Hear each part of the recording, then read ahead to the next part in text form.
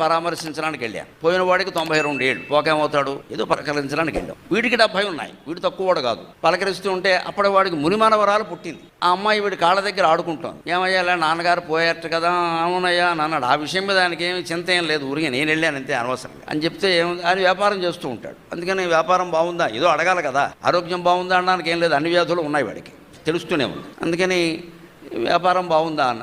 ఇంకా దీనికోసం సంపాదించాలయ్యా అన్నాడు. మునిమానవరాల కోసం సంపాదిస్తాడా? అయ్యి బాబోయ్, ఎంత అజ్ఞానంలో ఉన్నారు జనం అనుకున్నా. చివరికి ఏమిటంటే నేను పలక నుంచి వచ్చేసాను, అంతా అయిపోయింది. విచిత్రం అంటే 10 రోజుల్లో నాకు కబురు వచ్చింది, వీడు పోయాడు. నమశివాయ. ఇప్పుడు మునిమానవరాల కోసం ఎవడు సంపాదిస్తాడు? ఇవి భగవంతుడికి కావాలా?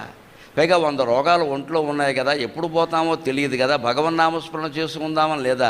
ఇంకా కాళ్ళ దగ్గర చిన్నపిల్ల వేలాడుతుంటే దీనికోసం కూడా నేను సంపాదించాలరా అంటే నన్ను రాగలిగే అనగలిగేంత చనువు ఉందిలేండి, బంధువు కదా, అందుకే అన్నాడు. సరే కానీలే అన్నాను. దానికేముంది, పైవాడు రా అన్నాడు, పోయాడు పై.